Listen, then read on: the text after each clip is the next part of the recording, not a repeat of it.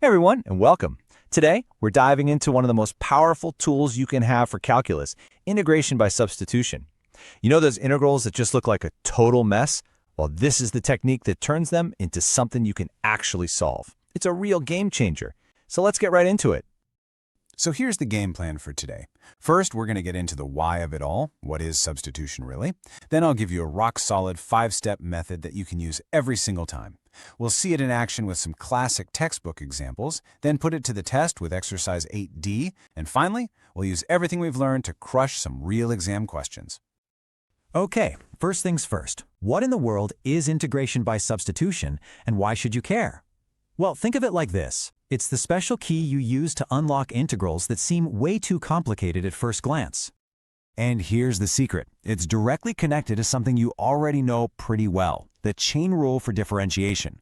Remember how you differentiate the outside function, then multiply by the derivative of the inside function? Substitution is just that, but backwards.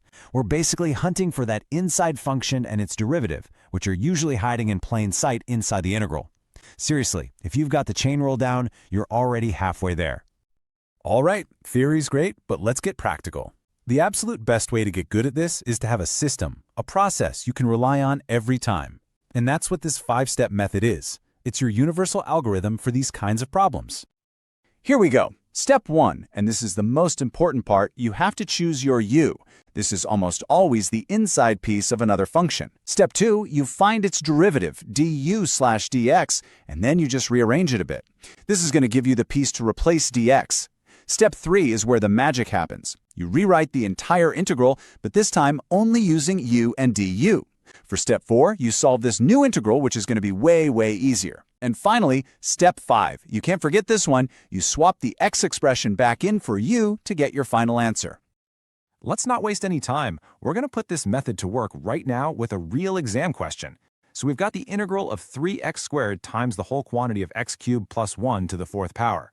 Yeah, it looks nasty, I know, but just watch how our 5-step method completely dismantles it. And boom, here's how it works. Step 1, we pick our u. The inside function is clearly that x cubed plus 1.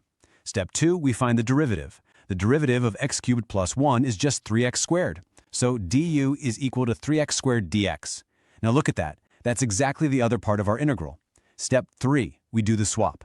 The whole x cubed plus 1 to the 4th part becomes just u4, and the entire 3x squared dx part becomes du. Suddenly, our messy integral is just the integral of u to the 4th. How easy is that?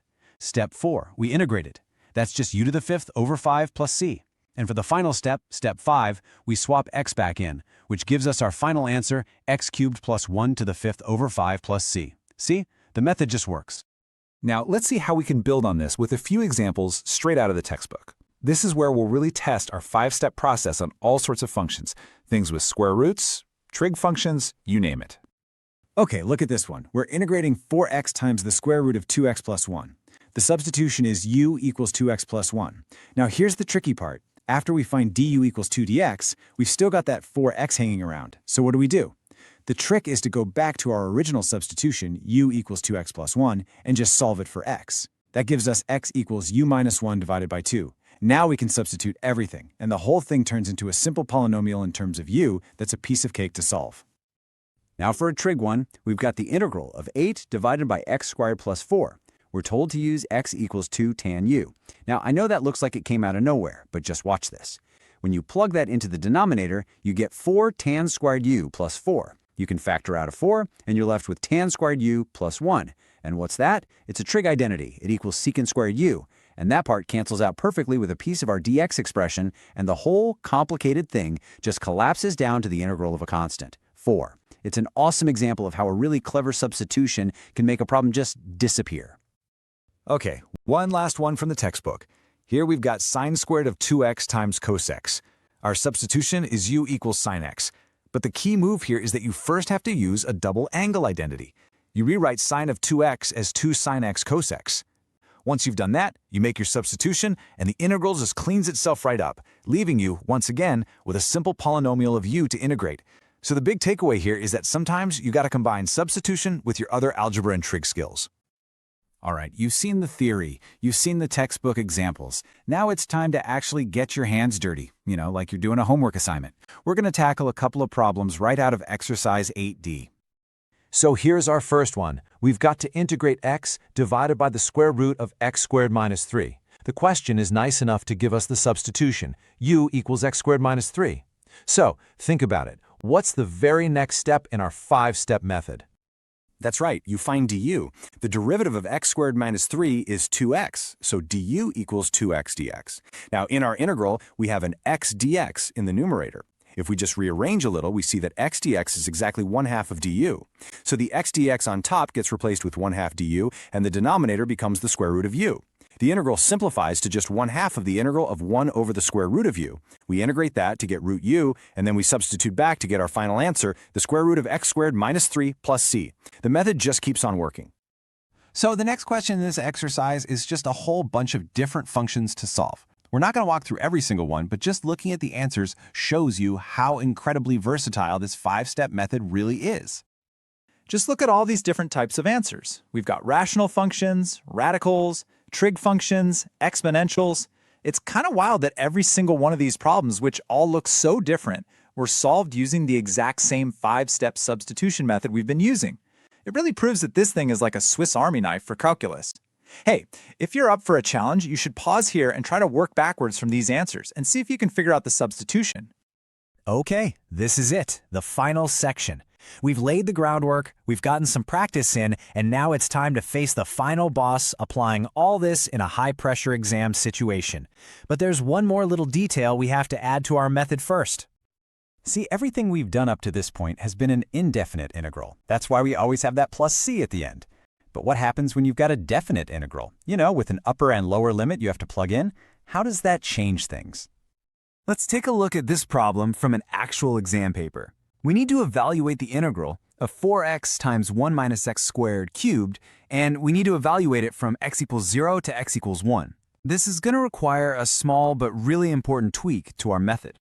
And here it is, the updated algorithm for definite integrals. Steps 1 and 2 are exactly the same, but look at step 3. This is the new, absolutely crucial part. Since we're changing our variable from x to u, we have to also change our limits of integration from x values to u values. Then we substitute, integrate, and this is the best part. We evaluate using our new u limits. This means we don't have to substitute x back in at the end. Let's walk through it. We pick u equals 1 minus x squared, so x dx equals negative du over 2. Now we change those limits. When the lower limit is x equals 0, u is 1 minus 0 squared, which is just 1. When the upper limit is x equals 1, u is 1 minus 1 squared, which is 0. So our new integral actually goes from u equals 1 to u equals 0. Kind of weird, right? After we substitute, we get negative 2 times the integral of u cubed from 1 to 0. Now we can flip the limits back to go from 0 to 1 as long as we also flip the sign to a positive. So now we have 2 times the integral of u cubed from 0 to 1. We integrate to get u to the 4th over 4, we evaluate at our new limits of 1 and 0, and we get our final answer, 1/2. No need to substitute x back in at all. And here they are, the final answers from that exam paper. We just worked through the hardest one, question 5, but the exact same ideas apply to all of them. This is a pretty great summary of the kinds of problems you can now solve with confidence.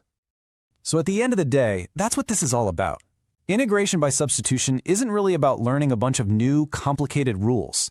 It's about having one single, powerful key that can transform these intimidating problems into simple ones you already know how to handle. You have that key now. You understand the concept, you have the algorithm, and you've seen it work on a whole bunch of different problems. So really, there's only one question left. What integral are you going to go and unlock next?